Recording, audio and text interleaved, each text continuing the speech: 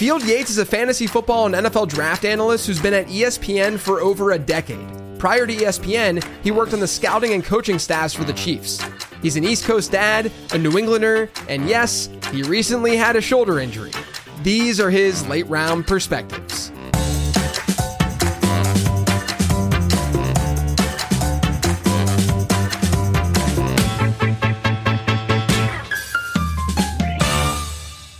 This episode is sponsored by Underdog Fantasy. If you haven't played over at Underdog yet, now's the perfect time.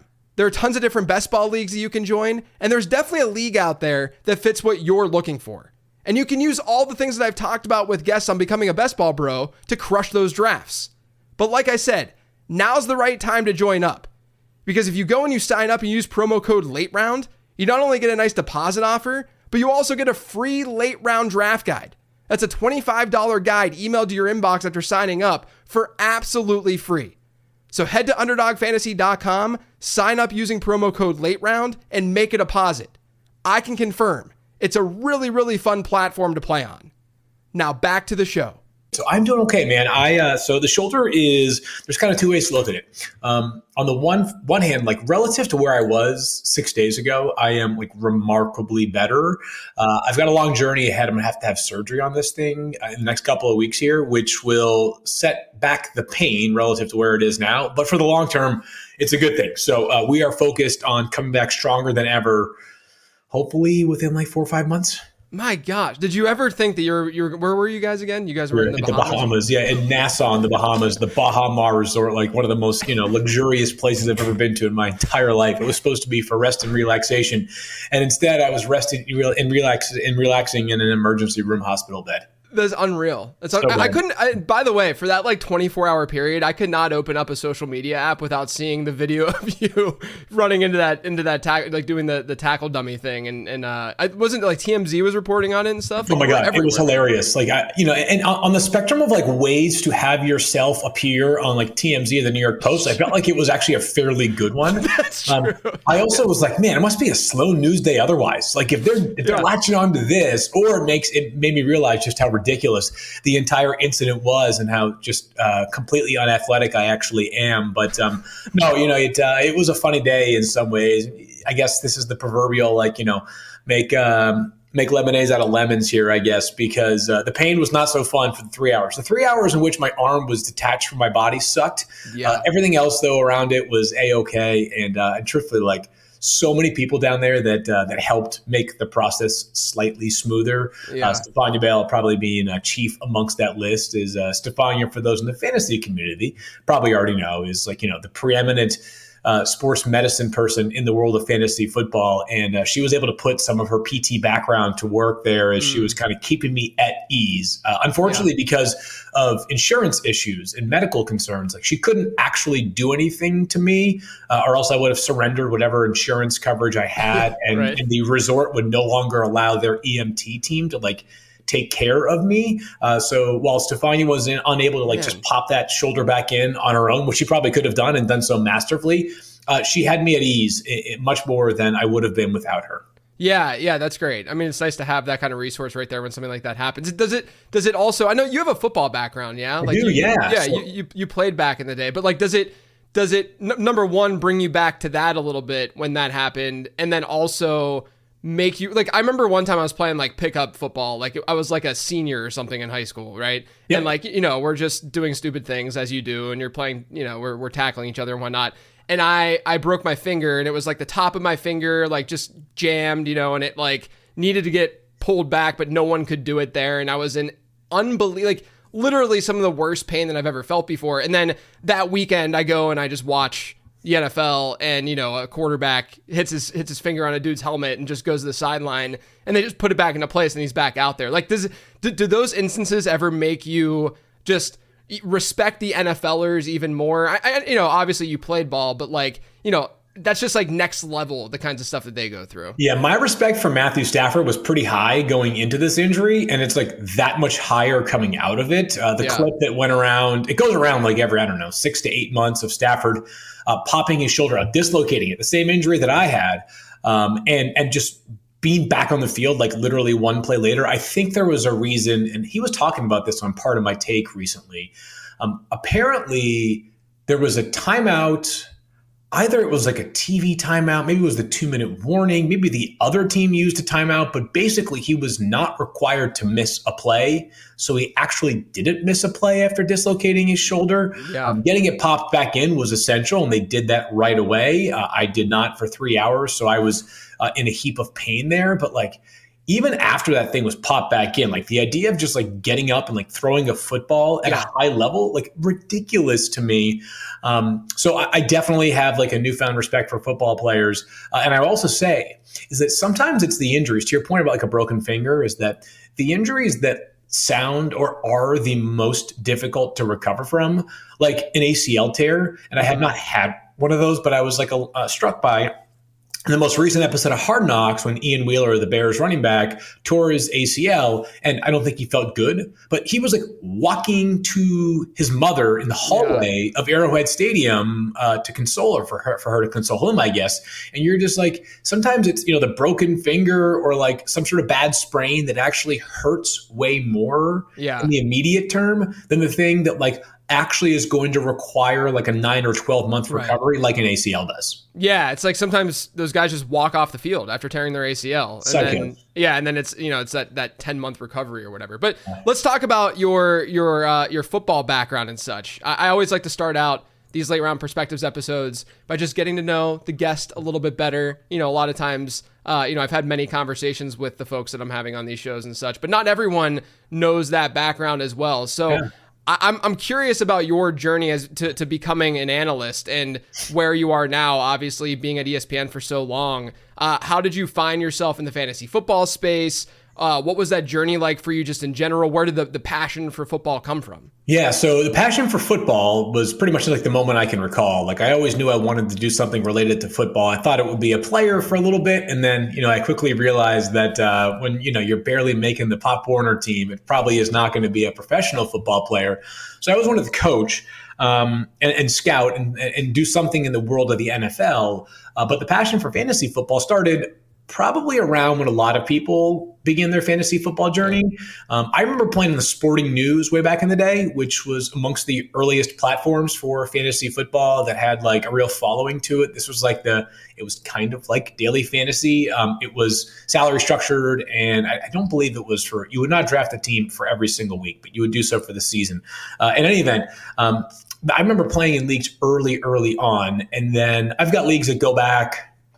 Probably my oldest league now is maybe like 16, 17 years. So I've got some long running leagues that have stuck around for a while. But I did not ever think it would be something that I would do professionally. But I started at ESPN in 2012, so 12 years ago, I was my first event being a part of the ESPN family. I grew up in Boston, and I was helping Mike Reese, who's a great guy, one of my closest friends in the world now, one of the greatest people you ever meet. Covering the 2012 NFL draft. And ESPN Boston, I don't know if you recall or listeners recall, but there used to be sort of these subsidiaries of ESPN. They were actually technically ESPN companies, but we had ESPNBoston.com and ESPNDallas.com and ESPNNewYork.com and ESPNChicago.com and a couple others. And so Mike was tabbed as the ESPN Boston reporter. And so I was kind of sidekicking him for a little while. And ESPN was like, we appreciate what you're doing, but just a heads up, like, Mike Reese does not need help, right? Like Mike is, I would argue, the best beat reporter in the country, and certainly more than capable of handling everything that went into his job day to day. So let's find some other ways to kind of get you involved. And I was doing, so I had worked in the NFL for a little while, including the last stop was with the Chiefs. I take no credit for what's happened. They have seemingly got a whole lot better since I left. We can decide whether that's correlation or causation. But I was doing some like scouting reports and kind of tapping into my background there. And ESPN actually got a call from a guy named Seth Markman, who is our coordinating producer of like pretty much all NFL stuff and college football now. He's prominently involved with every NFL show, College Game Day, a lot of the college stuff that you see. At the time, he was working, I think, exclusively on NFL, but definitely was as involved, if not more, in the NFL back then. And he said, I have an idea for you. And he said, I know you're a football guy and you've been tapping into the scouting roots, but I think you'd be surprised how much crossover there is between fantasy and real football.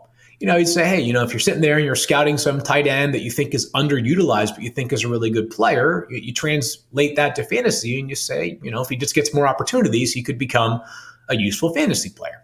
And at the time, Tim Hasselbeck had made a somewhat recent transition into the world of fantasy as well. And Tim was an NFL quarterback for 7 seasons, and he provided that player perspective. But by the time that Tim was done with his fantasy work at ESPN, he was not simply sitting there saying, the thing about Kyler Murray is he's best in his 3-step drops versus his 5-step drops. He has some accuracy issues. No, he's sitting there talking about how the thing about Terry McLaurin is while he's got like a high floor, I just don't know that he has like the piercing upside that some of these other guys do, right? So he was speaking a language that was far beyond just, being a former quarterback. Right. And so I got some encouragement there to kind of get going. And Chris Harris, who I know in the industry still today, him and I did a show for a couple of seasons.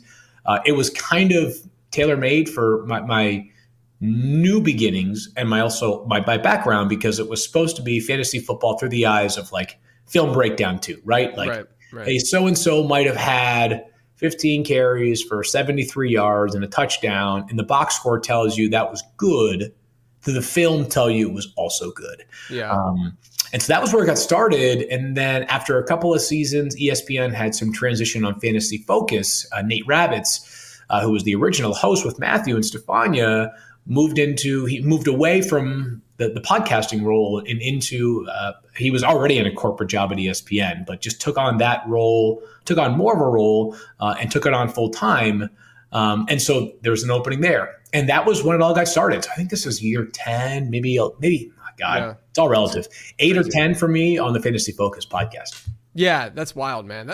So like throughout that journey, one of the things that I've talked about on like Living the Stream with Denny Carter plenty over the years, because I mean that show's been around now for like 12 years.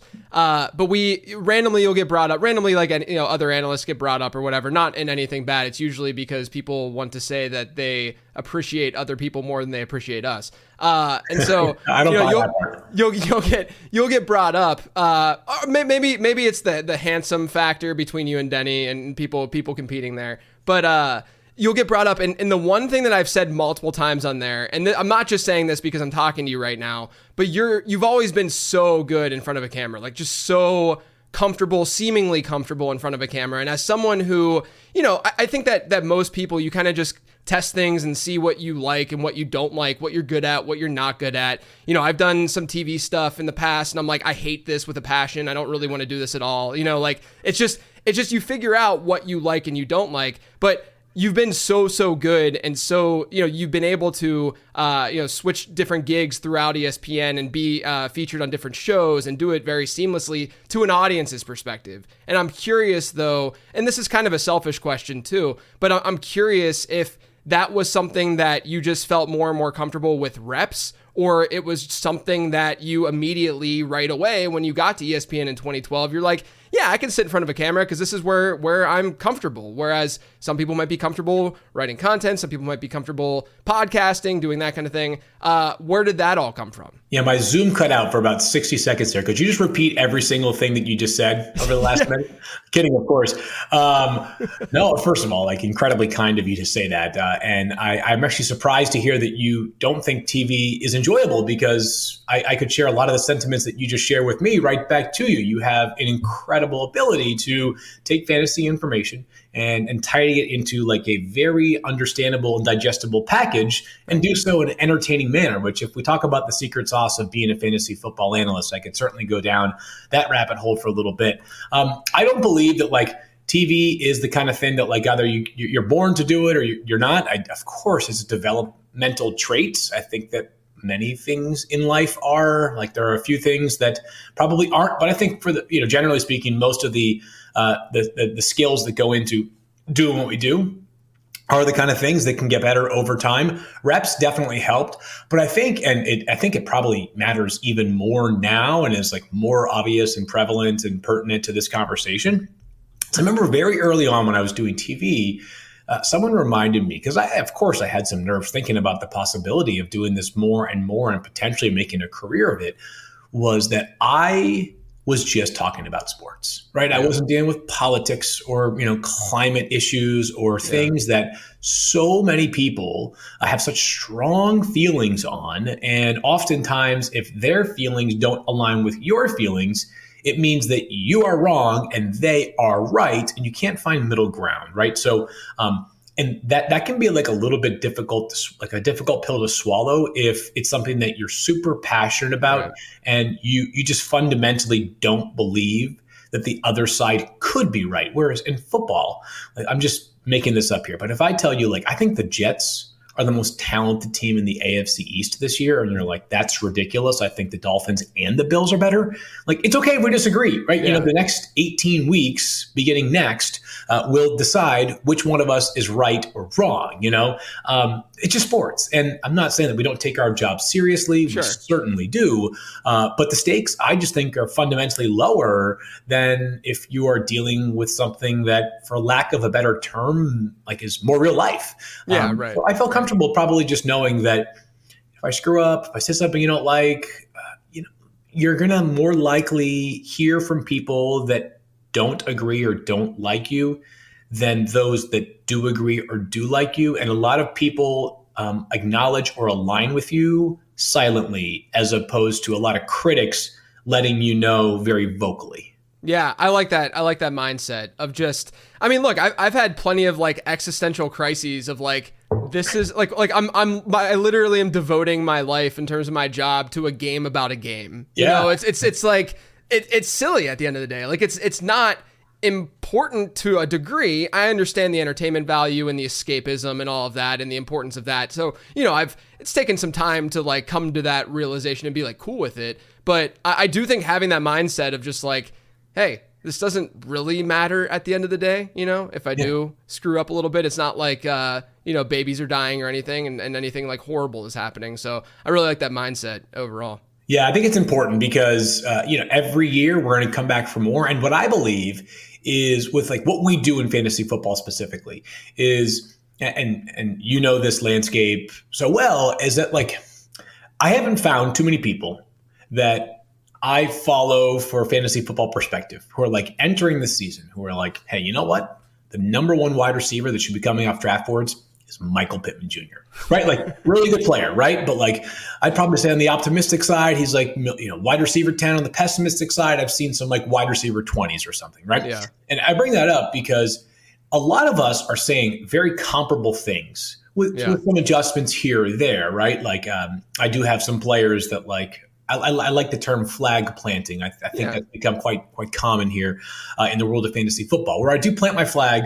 I will try to, because I think it's important for us to have some thoughts that deviate from sort of consensus. But it's not like a lot of what we're saying is the same, right? You and I probably both have Josh Allen and Jalen Hurts as two of the top three, if not the top two quarterbacks in fantasy football. Yep. So the job is not for me to find a different spin. It's to make my spin about Josh and Jalen entertaining. And so some people actually find some entertainment in like the big swings that result in big misses. But I guarantee you this is like on a personal level, and not to spoil like one of the players for the audience that I'm all in on, but like, if at the end of this season, Anthony Richardson is the next megastar in fantasy football, the response is going to be incredible for me. If he sucks, it's going to be incredible as well, just incredibly bad.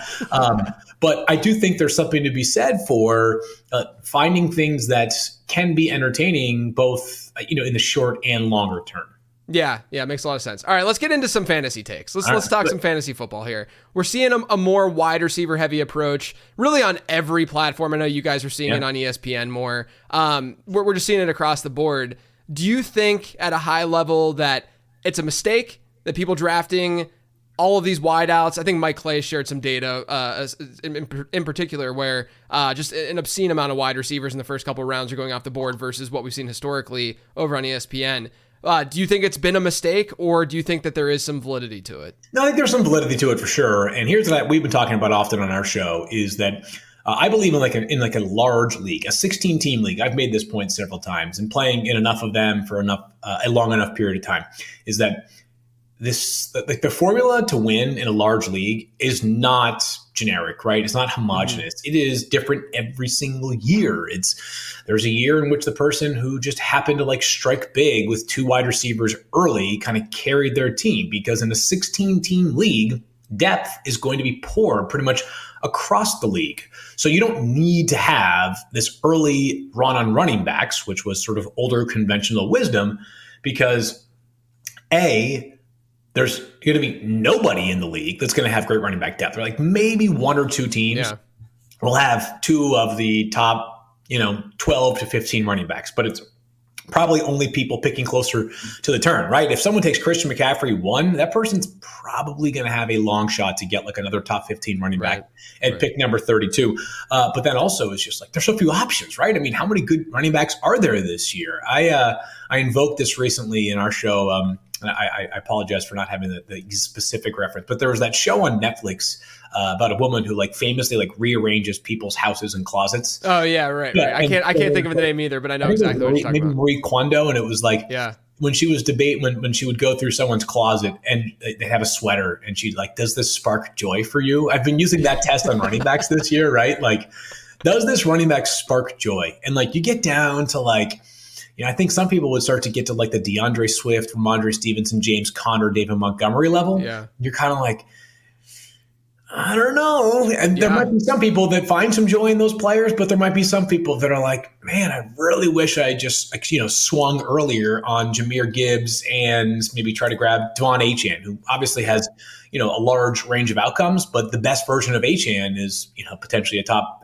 5 running back in fantasy football with enough volume. So I would say that in 10-team leagues, speaking generally, and ESPN's data, by the way, and this is reflected in our coverage, is that like 91% of ESPN's leagues are 10-team leagues or smaller. And most of them are actually 8-team leagues. Because while I know a lot of the discourse and the people that we interact with online are, harder core. And I think that that's good and it's important and it's good perspective. But like so much of our consumer base at ESPN is like my brother playing in like an 8-man office league, right? He's a football fan, but he's not a diehard. He does it probably more than anything else because he wants to be a part of something that his colleagues are as well. So I don't like generally in a 10-team league, I do like to leave with at least 1 running back in my first 2 picks. Mm-hmm. But I've got a 10-team league draft tonight that involves my wife. It's 5 couples, and like I wouldn't be surprised if like,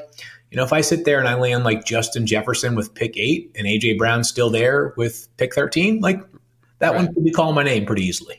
Yeah, I mean, the other thing too is that the smaller the league, the more like you're saying, the more perfect the team has to be to compete, right? Yeah. And if that's the case, then that means that you need to adjust. And even I always say, like, I think people get it backwards sometimes with the onesie positions with quarterback and tight end. In the larger leagues, they think, oh, I need to get that advantage at quarterback and tight end because the league is larger, but you're actually setting yourself back more at the more important positions in running back and wide receiver, where you actually should probably push it a little bit more with the elite quarterbacks and tight ends is in like an 18-team or, an 8-team league where you need to dominate every position because every roster in that league, is going to be very, very good. But yeah, the running back stuff is interesting too. Like, I think a really good example is just what happened yesterday with Samaje Perine going to the Chiefs, where like, think about just the fragility of that position and what can happen even with a top 12 running back from a projection standpoint in Isaiah Pacheco.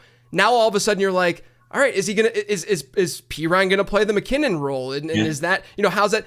Like, you will never see that happen to an elite talent at wide receiver. Like, it's just never gonna happen. And so that's kind of the stuff that, Sean Siegel had written about with the zero RB stuff back in the day, about just the general fragility of the position.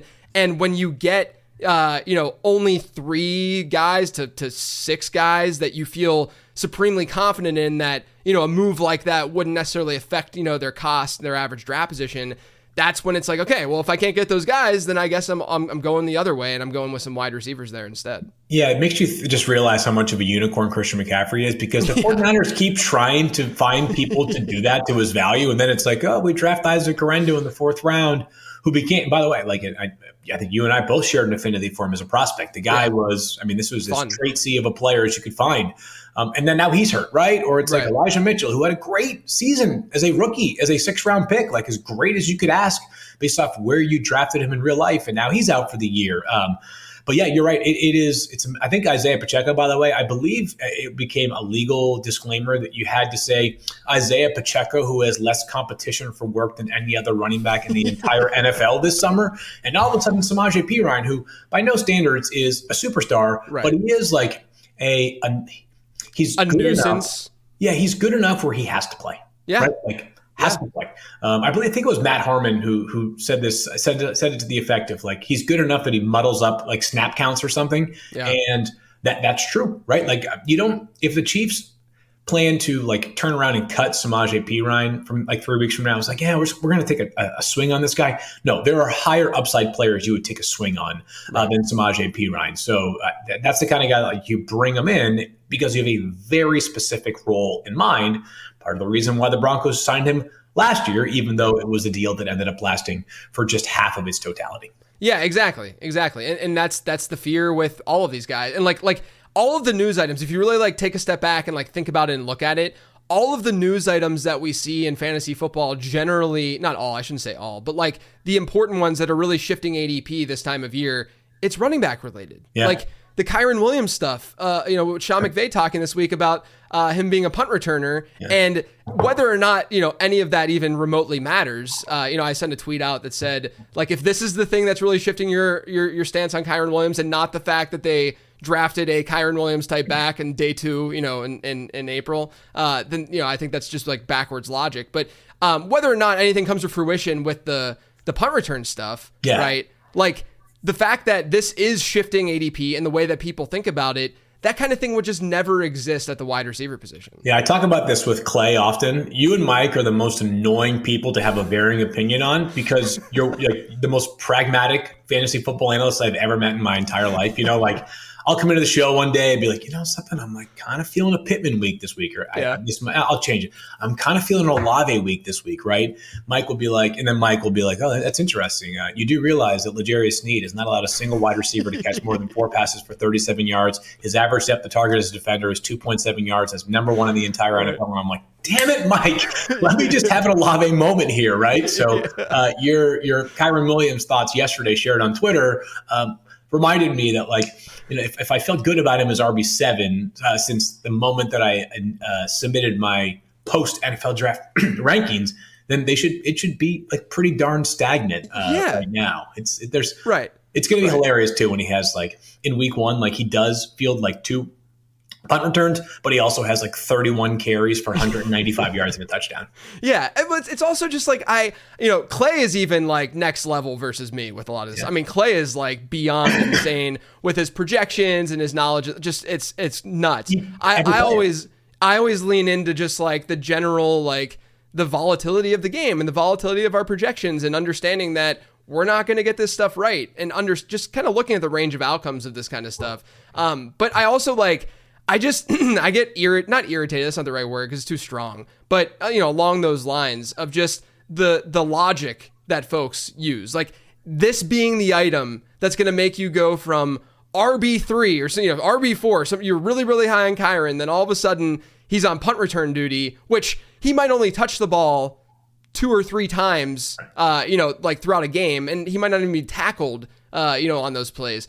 Where that takes him from an RB4 because you're really high on him to RB18. It's like there's so many other things that are more important. Like, I'm not even saying be high or low on him. I'm just saying that, like, objectively, the thing that should matter more is the fact that Blake Corum, as a prospect, of all the running backs in this class, if you were to pinpoint one guy in this class who looked the most like Kyren Williams, just statistically, analytically, all of that, it's Blake Corum. And everything that they've said after that pick was, keeping Kyren a little bit more fresh and like making sure they had some depth, and they're doing it with a guy that can hypothetically replace him when they need to replace Kyren Williams. So like, it's just about the logic stuff to me more than anything else that kind of drives me nuts. And to that point, and this is Mike's stance yesterday, so I am simply sharing it, not taking credit for it myself, is that yes, Blake Corum is going to play a role this year, a much more impactful one than Ryan Rivers or Darrell Henderson, who, believe it or not, was on the Rams last season for part of the year, did. That's already been baked into it, though, right? I mean, Kyren Williams was RB2 last year on a points per game basis. Only Christian McCaffrey was ahead of him. So now if you're getting him at RB7 or RB8, like, that is us acknowledging that he is going to be awesome because he's really talented in a great offense with a coach who loves to feature his strengths. But he also now is a running mate who might decrease his workload by 12 to 15%, maybe a little more, maybe a little less on a given game. And that right there is enough to dock him from RB2 to RB6, 7, 8, maybe 9, depending on how worried people are about the punt return stuff, which is hilarious just because it's like, I don't think people take time to notice how many awesome players on offense or defense play on special teams all the time. Like Gronk famously used to be the wing protector on the punt on the field goal team. He ended up getting hurt on the field goal team, so it became a whole thing. Like, you know, how good could the Patriots have been if Gronk had been healthy? And it was like, oh, they won the Super Bowl 6 weeks later, and you know, went there 10 times, or whatever it was. But like, defensive players cover kicks all the time, right? Yep. And that they're on the field for the very next snap. So it generated some heat yesterday, but I am very happy that those who decided to become more nervous about Kyren Williams are doing so, because it just means that people like you or I might be able to get him at a bit of a discount in the drafts that we have remaining. Right, exactly. Like, I've been more in the camp of like, I like Corum as a value more than Kyren, like just strictly from like a cost perspective. And I like a lot of the wide receivers that go, you know, or at least I'll take a chance of some of the wide receivers going around Kyren, but it's all cost related. Like, everything we do is based on cost. And if we're getting a discount now on Kyren Williams, I'll get some Kyren Williams or more than I had anticipated otherwise, because this news item, this standalone news item is not what's going to do it for me. Cause I already had my take and my stance and my opinion based on what they did with Blake Corum, with Kyren. But, you know, I do think, like, to Mike's point and what he was talking about, from a projection standpoint, it's really true. And it just kind of, it speaks to the lack of depth that we have at running back this year, where a guy can have legit competition from a day 2 running back step in and, you know, still be a lower end RB1 or like even a mid-range RB1, because that's just kind of the landscape and the situation we find ourselves in right now. Yeah, there are very few that are immune to it. You know, Christian McCaffrey would be the one. I guess Derrick Henry probably isn't that, like, obviously lower down, but probably in that same category just because of like the specific style, I guess the specific running back archetype he fits, which is that like the only way that you validate paying him $8 million a year is by running him into the ground 325 times this season. But yeah, it's a very, very short list. Obviously the 3 at the top, and then a couple others like Derrick Henry that can also sort of stake claim to that list. Yeah, 100%. All right, let's talk about tight ends, because that's another position that we're seeing slightly different ADP this year than history, what we've seen typically from the position. There is more depth. You know, we get Trey McBride last year. We get this rookie class last year, you know, and Dalton Kincaid and Sam Laporta. Now we have Kyle Pitts in a situation where he hypothetically has a better quarterback and, better offensive scheme. But then at the same time, you know, last year, a lot of the higher end tight ends just didn't really perform as well as what we thought. It's really funny, though, that Travis Kelce on a PPR points per game basis was still the tight end 1 last year, and he had a disappointing year, right? Just because of what we've come to expect. Standards he set for himself, Yeah, right. But, you know, now we're seeing these tight ends get drafted a little bit later, these earlier elite tight ends, but the position does seem to have more depth than what we've seen historically. So my question to you is, how are you attacking that position this year? And do you have any favorites at the position? Yeah, so I have a lot of favorites at the position this year, because I have, and this actually feels like, of all the things, I was thinking about this last night because I was in a draft where I was very, very patient at tight end, and it worked out in what I believe will be my favor. But I think I got a little bit too black and white with my stance on tight ends, which is that I believe there are 10.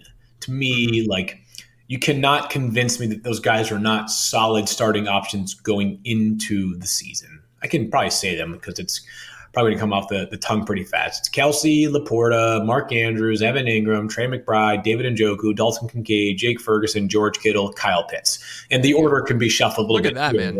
That was impressive. Well, we've been doing this so much. I've been talking about the Super 10 so frequently that it kind of has become burned into my brain. Yeah. The next players up at that position, just for like some name perspective, it's like Dallas Goedert. I think you can make a case for Brock Bowers, Pat Freiermuth. Right. Hawkinson not included in that 10, but obviously if he were healthy or when he's healthy, he certainly could be in that list. But that might be week 9, week 10. We don't know. Right. So there are other names as my dog walks in. Get out of here, buddy. Walks in and says hello. Those are the 10 that I feel best about. And the value is that there's only 2 that are going like measurably ahead of the rest. And that's Travis Kelce and Sam Laporta. I think as we get closer and closer to the season, and I'm not trying to be unkind to this constituency of fantasy football players, but we're going to have many more of the people that treat it a bit more casually do their drafts this weekend. Travis Kelce is going to go early, right? He's the most popular player in the NFL. I mean, if he's not, he's on the very, very short list, probably along with his teammate Patrick Mahomes. He's going to go early. The ADP data is going to tell you that Travis Kelce, he's probably going to rise to tight end 1 by a decent margin on ESPN because of that factor. In the leagues that I play in, and all the mock drafts that we do at ESPN. We took on this robust mock draft project this summer that we're like close to 50 mocks in. Like Kelce went last night, 38th. So we're starting to see like a drop of Travis Kelce because, as you know, but people that are listening hopefully know or can be made aware of, is that it's not that Travis Kelce can't finish as tight end 1. It's that the justification of the cost for so many years was that he was tight end 1 by being so far ahead of the curve. It was like starting the game up a touchdown with Travis Kelce, regardless of who your opponent's tight end was. And if that person was weak at tight end, it might have been more like 10 or 12-0 with Kelce because he was just that dominant. So my favorites this year, it kind of starts with that, I would say like the 4th or 5th, like Trey McBride, Dalton Kincaid, David Njoku, Evan Ingram, 116 catches last year. Like, I don't know if that's going to happen again, but it doesn't need to for him to pay off the cost right now because the cost for those guys is like 7th, 8th round on ESPN ADP data. And that kind of goes all the way down until we get to Jake Ferguson, who is at least my 10th rated tight end. And also ADP suggests he is around tight end 10. There are a couple guys that make me a little bit more nervous in that group. One is George Kittle and one is Kyle Pitts. Kittle, the value's fine on both of them. Like missing on either of them is not going to cost you because you're paying such a moderate price. But Kittle, as we know, plays in an offense that everybody not named Christian McCaffrey is vulnerable to a down week. He had 10 games, 10 last year out of 16 played with 3 or fewer catches. Now, he also led all tight ends in receiving yards and was second in touchdowns, only to Sam Laporta. So there's some really good with George Kittle. Freudian slip right there. His upside is about as good as there is on a weekly basis, but the downside is pretty significant. And then Kyle Pitts, and I talked about your sort of incredibly pragmatic approach that is so useful. It helps so many people win. So you probably wouldn't love this justification, but I got to tell you, if I go down the Kyle Pitts road one more time and he burns me for a 3rd straight year, it's going to be the shame on me situation, right? But that makes it trickier too, to draft Kyle Pitts in my book. And hilariously, my first redraft draft of this year, I took Kyle Pitts as my tight end. So I sit there and I say that, and then the first opportunity I had to actually start a team from scratch this season, I took him. It's always interesting to me because like I always I'll publish rankings starting in season long redraft rankings, starting more in like June and July just to kind of get a feel for things. And then when you start doing your bigger drafts, your important drafts and whatnot, you start to understand even subconsciously who you like and don't like. And you're like, oh, maybe I like this guy a little bit more than I thought, or maybe I don't like this guy as much as I thought. And that alone can start to dictate your rankings a little bit and how you feel about guys. But yeah, look, Kyle Pitts at the end of the day clearly has a wide range of outcomes because we've seen it. Seen him have a wide range of outcomes just naturally and in general. And I think there's even schematically question marks of what we're going to see out of him, where he's going to line up, because they don't have that much depth at wide receiver in general. Like, is he going to play slot a lot? Like, is that how they're going to deploy these guys, or is it going to be Ray McLeod or whoever they have, as their three. So I think there's just a lot of question marks with Pitts. So I understand the hesitation for folks. And then the Kittle thing with anyone in San Francisco, it's outside of CMC, like you said, it's just a roller coaster every week. They're the classic better and best ball kind of picks. That's probably a more appropriate term to utilize. We started this last year, Mike, Daniel, and I, when we were doing the three of us shows that and maybe Stefan, it might have been all of us talking about it. I can't recall, but I feel like Mike and I had the conversation first, and Mike is usually on days that it's him, Daniel, and I. But in any event, any player that was up and down, that good for Gabe Davis is the captain of this team, and maybe right. Mike Williams when he's healthy, players of that kind of caliber, it would always be if a guy was just up and down, he's a 49er. We just started calling him that because, again, other than Christian McCaffrey, we saw it last year. That's the fool's gold of looking at season-long rankings and point totals, right? Mm-hmm.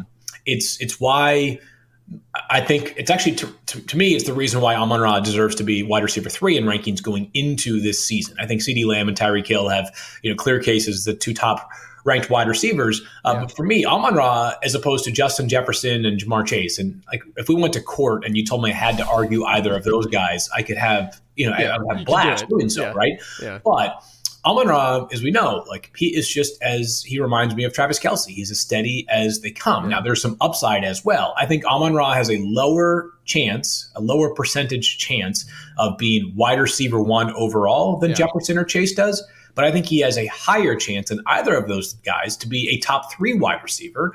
And so to me, there's some real value in that. And so that principle, I think, is important to apply when on occasion. You can't have every pick be that way, but on occasion, I do think that's an important thing to keep in mind. And part of how, when I am ranking players, when I'm thinking about drafting a 49ers wide receiver, Ayuk might have been whatever it was, wide receiver 11 last year, and it was largely good.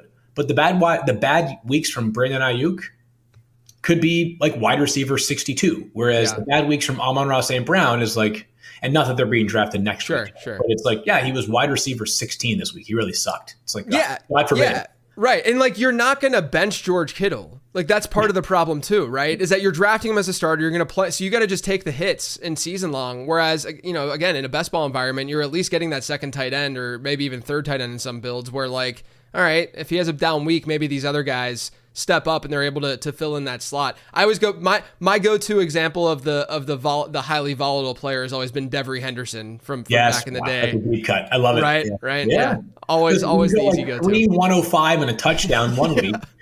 He walks so Rashid Shaheed could run in New Orleans, right? That's exactly right. I mean, same sort of archetype, I guess. Yeah, exactly. All right, so we already talked about Kyren Williams. He was one guy that I wanted to get to. Another one is Josh Jacobs in the situation in Green Bay. A.J. Dillon goes on season-ending IR. Marshawn Lloyd was reported at first that he was going to go to IR, but he has not gone to IR. He's banged up, though. So they have a lack of depth because of this Lloyd injury, especially behind Josh Jacobs.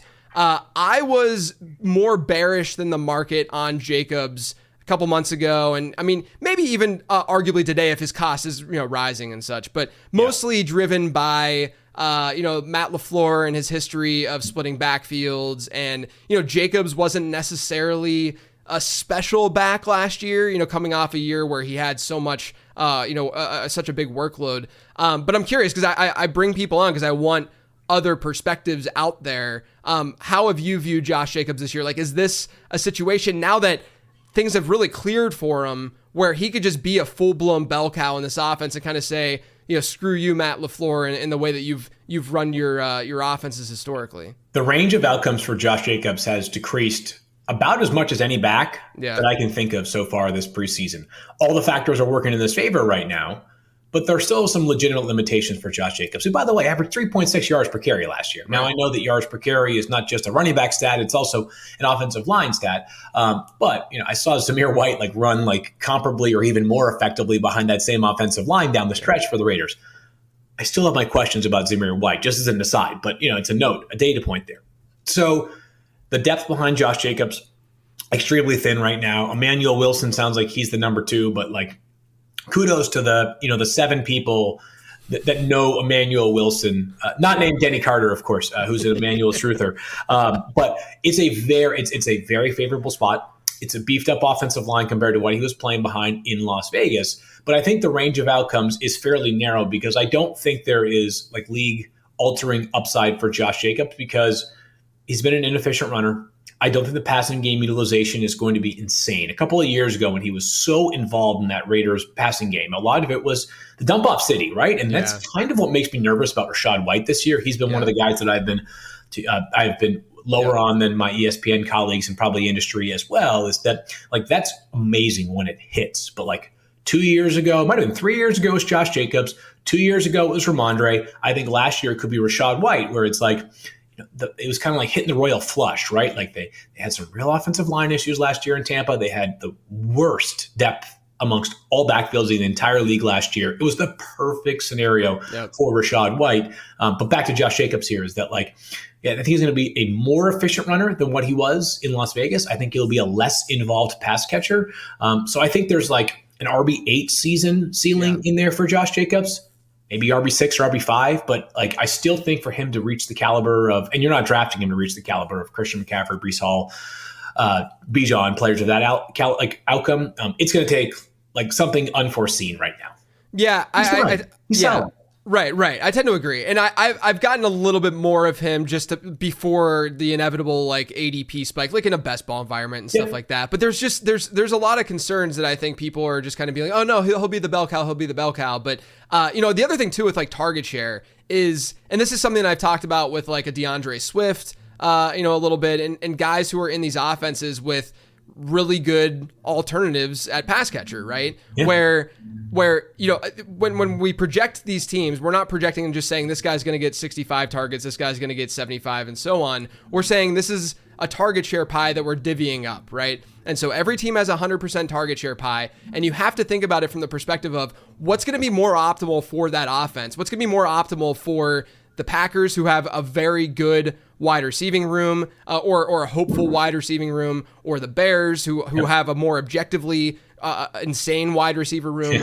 What's going to be the more efficient way of throwing the ball? Like, where are you going to throw it? Well, it's to those weapons, because we already know inherently that a wide receiver target is more valuable than a running back target, in the real NFL. So it's one of those things where like, we can project, another example of that is I've leaned in a little bit more on Kenneth Walker than I was earlier in the offseason, but at the same time, they have good weapons. Like they have good, like how high is that target share ceiling for that kind of player? And that's my kind of fear with a guy like Jacobs too, is that, can he hit a 10, 11% target share? I think it's in his range of outcomes for sure. Like I think that's probably closer to his projection, but like, you need to get to like the 15, 16% mark in order to really have that like top 3 fantasy season. Yeah, it's funny because it would probably require like multiple players from Green Bay like going down, because on top of like, so they have this ambiguity in terms of who is their wide receiver one, right? But they also have like 6 credible playmakers amongst their wide receivers and tight ends, right? I mean, Christian Watson,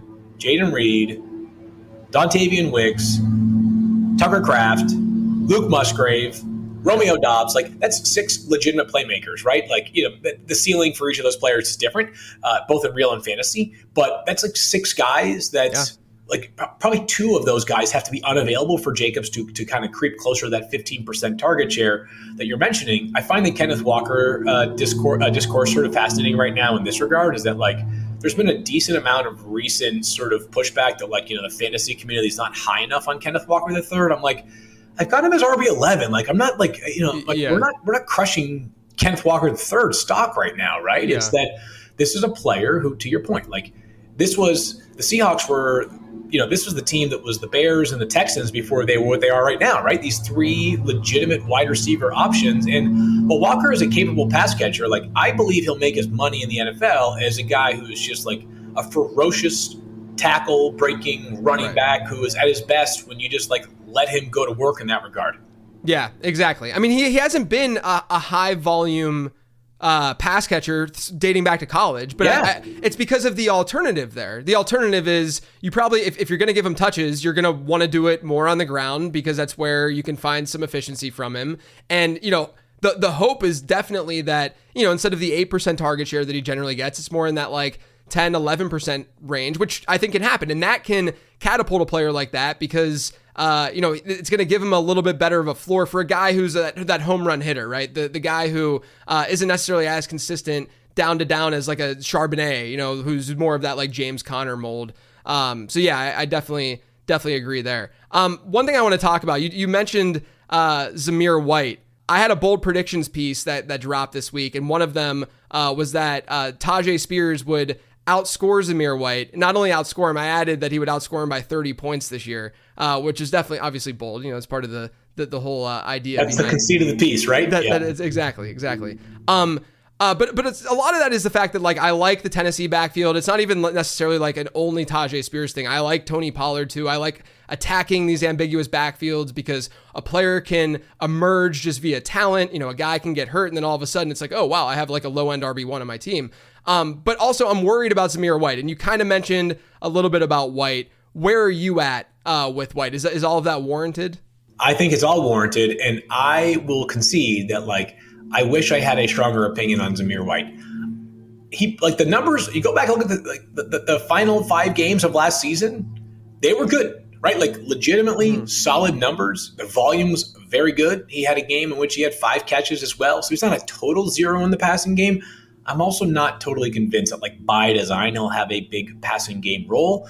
The team still has Amir Abdul and Dylan Laube like in the cradle here to potentially be pass catching options.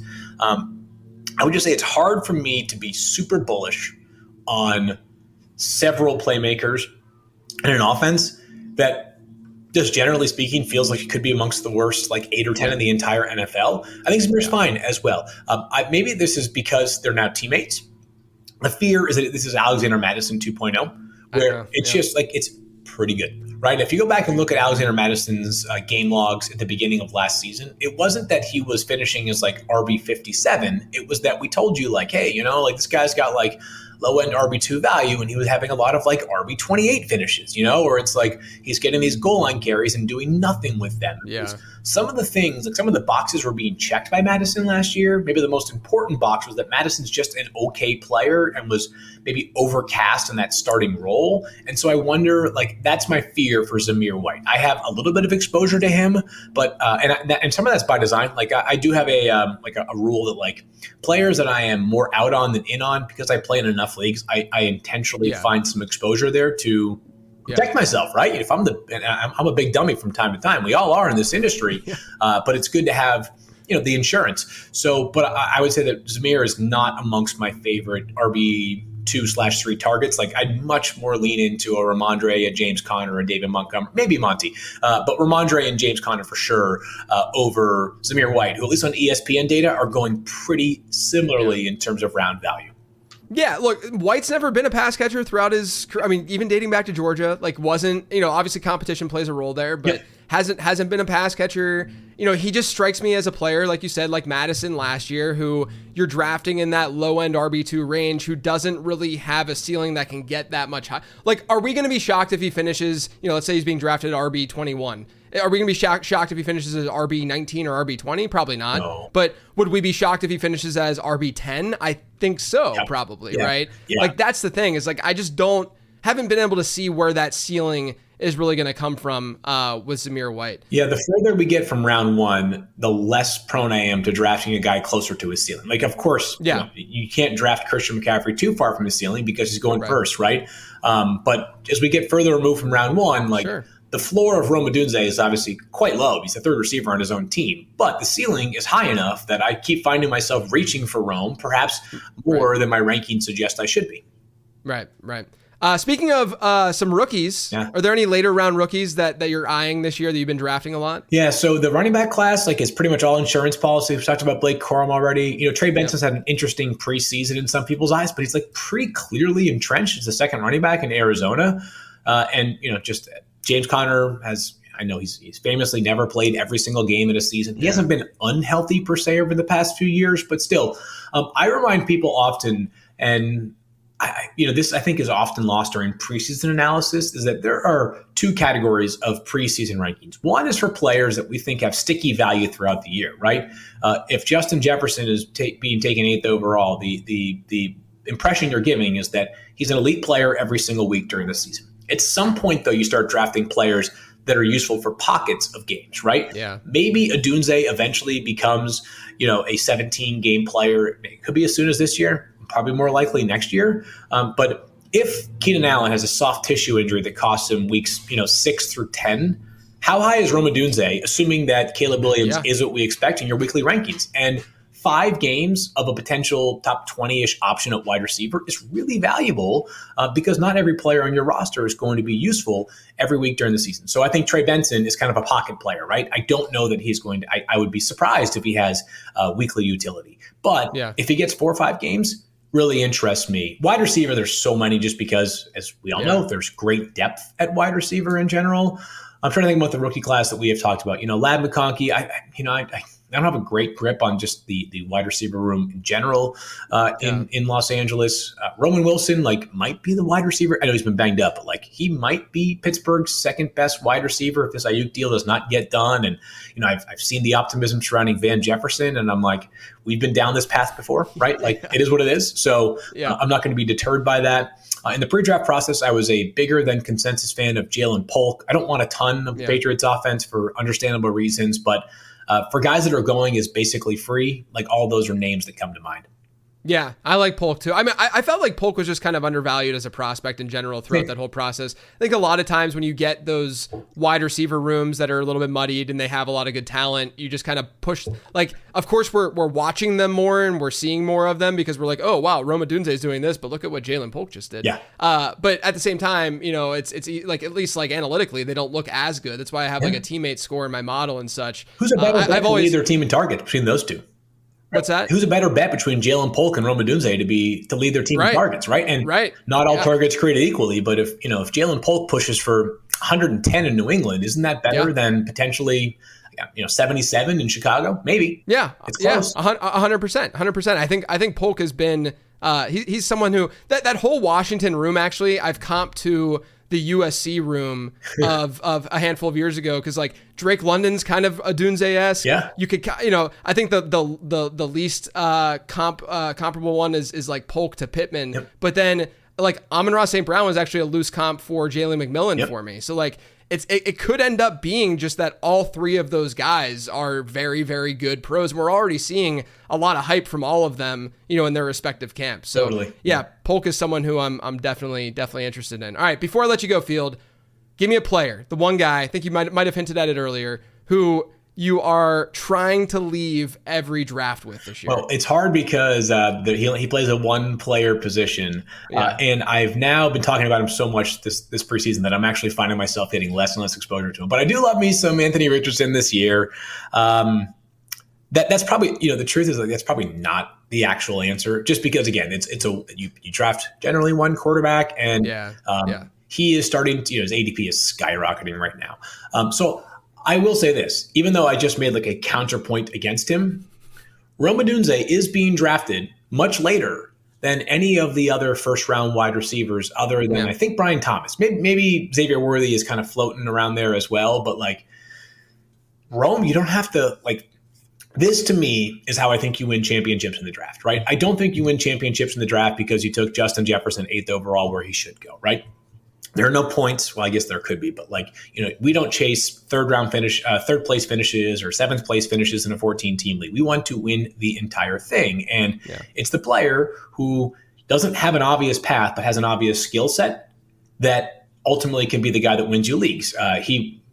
Devon Achane last year is a good example of it, right? The path was a little bit murky at the beginning of the season, and he was obviously unavailable for parts of the season. He was inconsistent when he didn't get a legit workload, but when he got double-digit opportunities, it was holy crap, this guy broke every single model available. So Rome is one that I found myself walking away with quite often as well.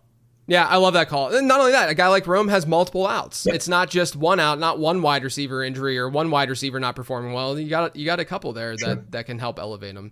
But Field, man, it was great to chop it up and chat. As always, let everyone know where they can find you and anything else you want to promote. Yeah, we are rocking and rolling now with Fantasy Focus, which if you head over to the ESPN NFL YouTube page, I believe it's youtube.com/ESPN NFL, Monday through Friday, 10 a.m. Eastern time. So we're covering a lot of ground, but we are desperate, I tell you, for real football, which, as you and I are talking, is 1 week and about 7 hours away.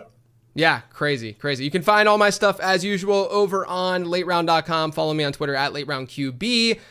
Otherwise, everyone, enjoy your weekend, and thank you for tuning in.